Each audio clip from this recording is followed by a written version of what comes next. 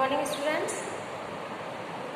चलिए बेटा, आज हम हिंदी में आपको हम शब्द विचार पढ़ रहे हैं, जिसमें मैंने आपको शब्द विचार में शब्द हमारे कितने प्रकार के होते हैं ये आपको बताया कि जो हमारे शब्द हैं वो हमारे शब्दों का वर्गीकरण जो मैंने आपको बताया वो हमारे 4 प्रकार के होते हैं।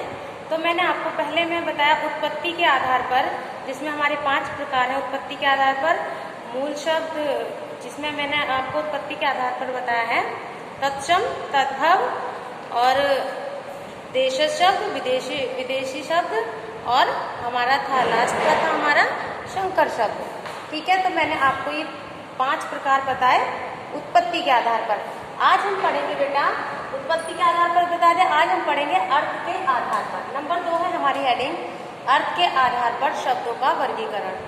जो हम पढ़ रहे हैं अर्थ के आधार पर, हमारे शब्द जो होते हैं वो 2 प्रकार के होते हैं। जैसे उत्पत्ति के आधार पर 5 होते हैं, ऐसे हमारे अर्थ के आधार पर 2 होते हैं।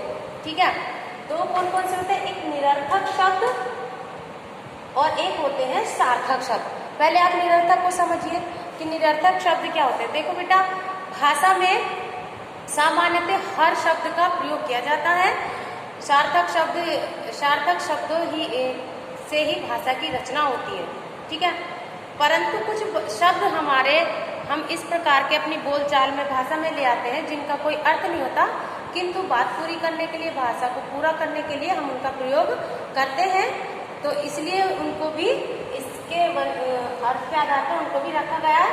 तो पहले हम निरर्थक शब्द पढ़ते हैं जिनका कोई अर्थ न हो परंतु भाषा में प्रयोग होता है। जैसे हम बोलते हैं, अपनी भाषा में बोलते हैं, मम्मी खाना वाना दे दो, या जैसे लिखा ना खाना वाना, तो ये जो वाना शब्द है, ठीक है बेटा, ये जो हमारा वाना है ये हमारा क्या है? निरर्थक शब्द है। आप इसको हेडिंग करेंगे नीचे ब्लैक पेन से, या इसके नीचे जैसे चाय शाय, ये लिखा शाय क्या होता है? शाय कुछ भी नहीं होता, किंतु हम अपनी भाषा में उसको प्रयोग कर लेते हैं। कपड़े वपड़े कहते हैं कि चलो शादी में चलना, कपड़े वपड़े पहन लो भाई, या किसी टूर पे जाना है तो कपड़े वपड़े पैक कर लो।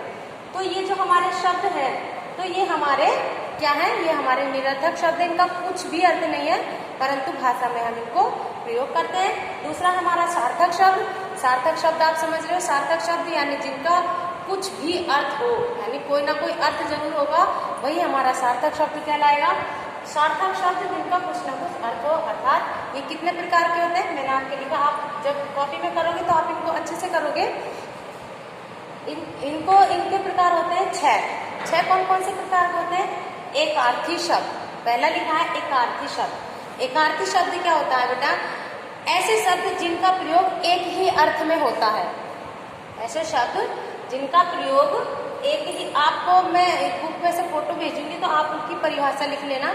ठीक है, ऐसे शब्द जिनका अर्थ एक ही प्रयोग में होता है एकार्थी शब्द कहलाते हैं। जैसे देश, अब देश है तो हम उसको देश ही बोलेंगे, अर्थात वो कुछ नहीं बोल सकते, इंग्लिश में बोल सकते हैं, हमारी भाषा अलग हो सकती है लेकिन होता देश है। संसार, पर्वत, भाषा, सम्मान, अपराध, न्याय आदि ये एकार्थी शब्द होते हैं, इनका एक ही अर्थ होता है। दूसरा है बेटा हमारा अनेकार्थी शब्द। अब जैसे इसका विलोम हो गया ये, तो उल्टा हो गया जिसके अनेक अर्थ हो। अनेकार्थी शब्द, तो अनेकार्थी शब्द जिन शब्दों के एक से अधिक अर्थों को एकार्थ शब्द कहते हैं। विभिन्न परिस्थितियों में हम जैसे बोलते हैं, जैसे क्या लिखा इसमें, वस्त्र, पर्दा, पट को जो बोलते हैं, जैसे हमारा पट होता है यानी दरवाजा होता है, तो हमने बेटा कहीं कहीं पर आप देखते हैं कि जो हमारे शौचालय होता है उस पर हम पर्दा टांग देते हैं। ठीक है, पर्दा टांग दिया, ऐसे कपाट लगा देते हैं, दरवाजा लगा देते हैं, और कोई वस्त्र यानी ढकने के लिए उसको हम वस्त्र लगा देते हैं। और जैसे हमारे ये धन है, धन प्रयोजन का कारण, तो ये अनेकार्थी शब्द होते हैं। तीसरा हमारा पर्यायवाची शब्द। पर्यायवाची शब्द आपने देखा, पर्यायवाची शब्द आप जानते हो। पर्यायवाची शब्द किसे कहते हैं? जब एक ही शब्द के अनेक अर्थ होते, अनेक शब्दों का एक ही अर्थ होता है, वो पर्यायवाची शब्द कहलाता है। जैसे आप उदाहरण के लिए लीजिए, हम माँ हैं तो हम माँ को क्या क्या बोलते हैं बेटा? माँ बोलते हैं, माँ बोलते हैं, माता बोलते हैं, जननी बोलते हैं, जननी बोलते हैं, और भी बोलते हैं, ठीक है। भूमि के बहुत सारे नाम हैं।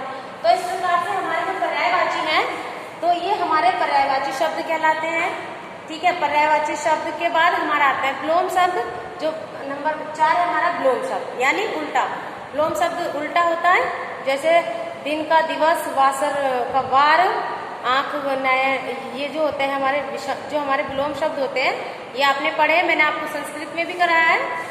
और तीसरा हमारा श्रुति, 5वां है हमारा श्रुति शब्द। श्रुति शब्द क्या होते हैं बेटा, यानी देखो इसको पढ़ो, श्रुति, श्रुत माने होता है सुनना, जो समान रूप से सुने जा, यानी जो शब्द सुनने में एक जैसे लगते हैं उनको श्रुति शब्द। आपने देखा होगा भाषा में बेटा ऐसे शब्दों का हम प्रयोग करते हैं जो हमारे सदैव एक जैसे सुनने में लगते हैं, जैसे इसमें दे रखा उन्हें श्रुति शब्द कहते हैं। भिन्नार्थक, भिन्नार्थक भी बोलते हैं, यानी अर्थ अलग होता है लेकिन एक जैसे अंश, अंधा, मात्र, माता, निधन, मृत्यु, ये हमारे इस प्रकार से।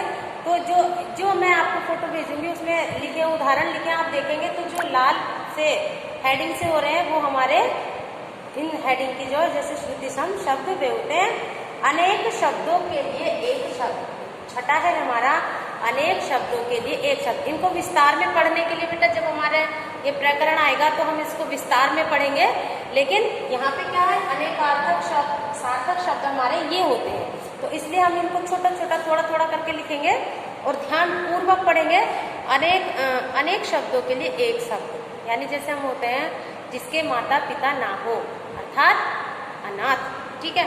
ऐसे शब्द होते हैं जिसका आदि न हो, अनादि, जो ईश्वर में विश्वास ना रखता हो, क्या बोलते हैं उसको, जो ईश्वर में विश्वास नहीं रखता है, आस्था नहीं रखता है, उसको नास्तिक बोलते हैं। तो जो सब कुछ जानता हो, सर्वज्ञ बोलते हैं। तो इस प्रकार से हमारे अनेक शब्दों के लिए जो एक शब्द होता है वो हमारे सार्थक शब्द में आते हैं, ठीक है बेटा। और इसको ध्यानपूर्वक मैं आपको कॉपी की फोटो भी भेजूंगी, उसमें आप समझ लीजिएगा और अच्छे से काले और नीले पेन का प्रयोग करते हुए आप अपनी कॉपी में लिखोगे और बड़े ध्यानपूर्वक आप इनको पढ़ोगे, याद करोगे। ऑनलाइन क्लास चल रही है बेटा, ऑनलाइन क्लास में हम कितना अच्छा पढ़ सकते हैं ये आपके निखरने का समय चल रहा है कि आपके टच में इतना अध्यापक भी नहीं है, आप घर पर रह के कितना पढ़ते हो। तो ये समय आपके लिए बहुत, जिस प्रकार से निखरना होता है ना कि स्वयं को कैसे मांझते हैं, वो समय चल रहा है। तो आप देखिएगा, आप जरूर निखर के आएंगे और आप अपना काम भी करते रहेंगे, ठीक है बेटा। तो ये आप अपनी कॉपी में काम करेंगे और फिर अगली वीडियो में मैं आपको जो हमारा हो गया उत्पत्ति के आधार पर और अर्थ के आधार पर, ये हमारे शब्द विचार हो गए हैं। अब आगे मैं आपको जो पढ़ाऊंगी वो होगी हमारे व्याकरणिक कार्य, ठीक है। तो उसमें हम पढ़ेंगे, ये काम कर लेंगे, ओके, ठीक है बेटा, बाय।